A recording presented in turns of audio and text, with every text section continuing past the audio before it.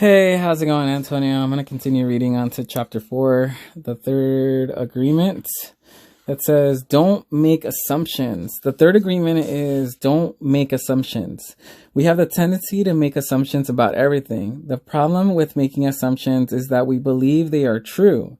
We could swear they are real. We make assumptions about what others are doing or thinking. We take it personally, then we blame them and react by sending emotional poison with our word.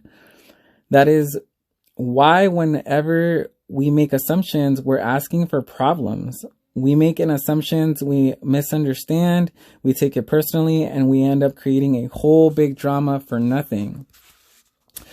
All the sadness and drama you have lived in your life was rooted in making assumptions and taking things personally.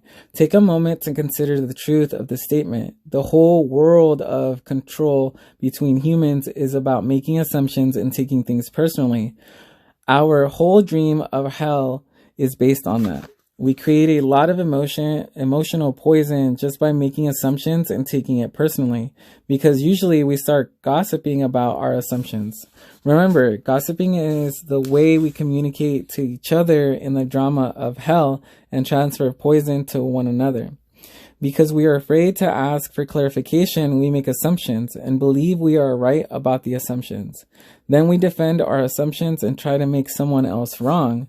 It is always better to ask questions than to make assumptions, because assumptions set us up for suffering. The big mitote in the human mind creates a lot of chaos, which causes us to misinterpret everything and misunderstand everything. We only see what we want to see and hear what we want to hear. We don't perceive things the way they are. We have the habit of dreaming with no bias in reality. We literally dream things up in our imaginations because we don't understand something. We make an assumption about the meaning, and when the truth comes out, the bubble of our dream pops and we find out it was not what we thought it was at all. An example, you are walking in the mall and you see a person you like. The person turns to you and smiles and walks away. You can make a lot of assumptions just because of this one experience. With these assumptions, you can create a whole fantasy, and you really want to believe this fantasy and make it real. A whole dream begins to form just from your assumption, and you can believe, oh, this person really likes me. In your mind, a whole relationship begins from that. Maybe you even get married in this fantasy land. But the fantasy is in your mind, in your personal dream. Making assumptions in our relationship is really asking for problems. Often we make the assumption that our partner know what we think and that we don't have to say what we want. We assume they are going to do what we want because they know us so well. If they don't do what we want, what we assume they should do, we feel so hurt and say, you should have known. Another example, you decide to get married and you make the assumption that your partner sees marriage the same way that you do. Then you live together and you find out this is not true. This creates a lot of conflict, but you still don't try to clarify your feelings about marriage. The husband comes home from work and the wife is mad, and the husband doesn't know why. Maybe it's because the wife made an assumption without telling him what she wants. She makes an assumption that he knows her so well that he knows what she wants, as if he can read her mind. She gets so upset because he fails to meet her expectations.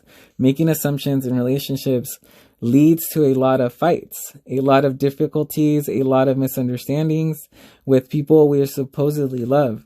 In any kind of relationship, we can make the assumptions that the others know what we think and we don't have to say what we want. They are going to do what we want because they know us so well. If they don't do what we want, what we assume they should do, we feel hurt and think, how could you do that? You should know. Again, we make assumptions that the other person knows what we want, and the whole dream is created because we make this assumption and then put more assumptions on top of it. It is very interesting how the human mind works. We have the need to justify everything, to explain and understand everything in order to feel safe. We have millions of questions that need answers because there are so many things that the reasoning mind cannot explain. It is not important if the answer is correct, just the answer itself makes us feel safe. This is why we make assumptions. If others tell us something, we make assumptions, and if they don't tell us something, we make assumptions to fulfill our need to know and to replace the need to communicate. Even if we hear something and we don't understand, we make assumptions about what it means and then believe the assumptions. We make all sorts of assumptions because we don't have the courage to ask questions. These assumptions are made so fast and unconsciously most of the time because we have agreements to communicate this way. We have agreed that it is not safe to ask questions. We have agreed that if people love us, they should know what we want or how we feel. When we believe something, we assume we are right about it to the point that we will destroy relationships in order to defend our position.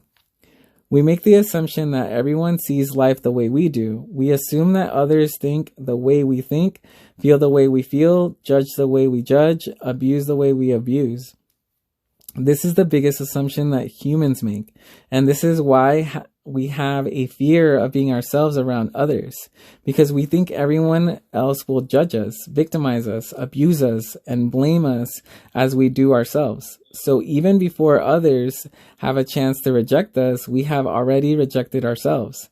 That is the way the human mind works. We also make assumptions about ourselves. This creates a lot of inner conflict. I think I'm able to do this. You can make this assumption, for instance. Then you discover you aren't able to do it. You overestimate or underestimate yourself because you haven't taken the time to ask yourself questions and to answer them. Perhaps you need to gather more facts about a particular situation, or maybe need to stop lying to yourself about what you truly want. Often when you go into a relationship with someone you like, you have to justify why you like that person. You only see what you want to see, and you deny that there are things you don't like about that person. You lie to yourself just to make yourself right. Then you make assumptions, and one of the assumptions is, my love will change this person. But this is not true. Your love will not change anybody. If others change, it's because they want to change, not because you can change them. Then something happens between the two of you, and you get hurt. Suddenly you see what you didn't want to see before, only now it's amplified by your emotional poison. Now you have to justify your emotional pain and blame them for your choice, or your choices. We don't need to justify love. We don't need to justify love. It is there or not there. Real love is accepting other people the way they are without trying to change them. If we try to change them, this means we don't really like them. Of course, if you decide to live with someone, if you make that agreement, it is always better to make an agreement with someone who is exactly the way you want him or her to be. Find someone who you don't have to change at all. It is much easier to find someone who is already the way you want him or her to be instead of trying to change that person. Also, that person must love you just the way you are, so he or she doesn't have to change you at all. If others feel they have to change you, that means they really don't love you just the way you are. So why be someone if you are not the way he or she wants you to be? We have to be what we are so we don't have to present a false image. If you love me the way I am, okay, take me. If you don't love me the way I am, okay, bye-bye, find someone else. It may sound harsh, but this kind of communication means that personal agreements we make with others are clear and impeccable. Just imagine the day Just imagine the day that you stop making assumptions with your partner and eventually with everyone else in your life. Your way of communicating will change completely, and your relationship will no longer suffer from conflicts created by mistaken assumptions. The way to keep yourself from making assumptions is to ask questions. Make sure the communication is clear. If you don't understand, ask. Have the courage to ask questions until you are clear as you can be. And even then, do not assume you are all there is to know about any given situation. Once you hear the answer, you will not have to make assumptions because you will know the truth. Also, find your voice to ask for what you want. Everyone has the right to tell you no or yes, but you always have the right to ask. Likewise, everybody has the right to ask you, and you have the right to say yes or no. If you don't understand something, it is better for you to ask and be clear instead of making an assumption. The day you stop making assumptions, you will communicate cleanly and clearly, free of emotional poison. Without making assumptions, your word becomes impeccable. With clear communication, all of your relationships will change, not only with your partner, but with everyone else. You won't need to make assumptions because everything becomes so clear.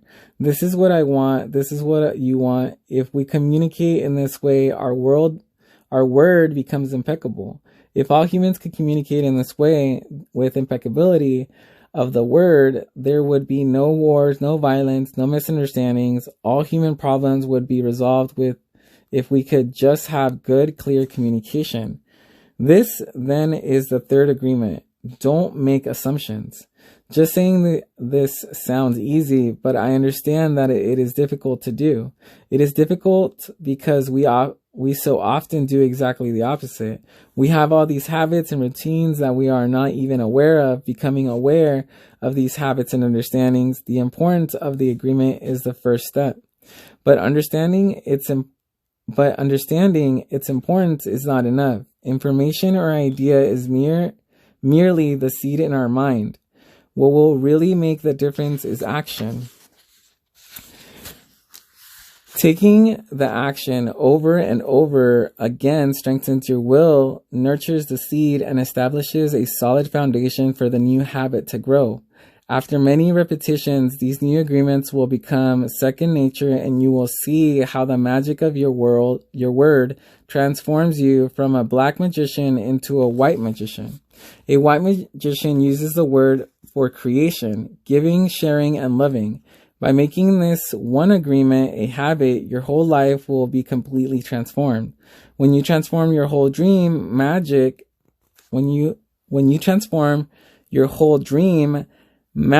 just happens in your life. What you need comes to you easily because spirit moves freely through you. This is the mastery of intent, the mastery of the spirit, the mastery of love, the mastery of gratitude, and the mastery of life. This is the goal of the Toltec. This is the path to personal freedom. All right, sweet. This is chapter 4. Don't make assumptions. And then we're going to be moving on to chapter 5, the fourth agreement. Always do your best. All right. Thank you, Antonio.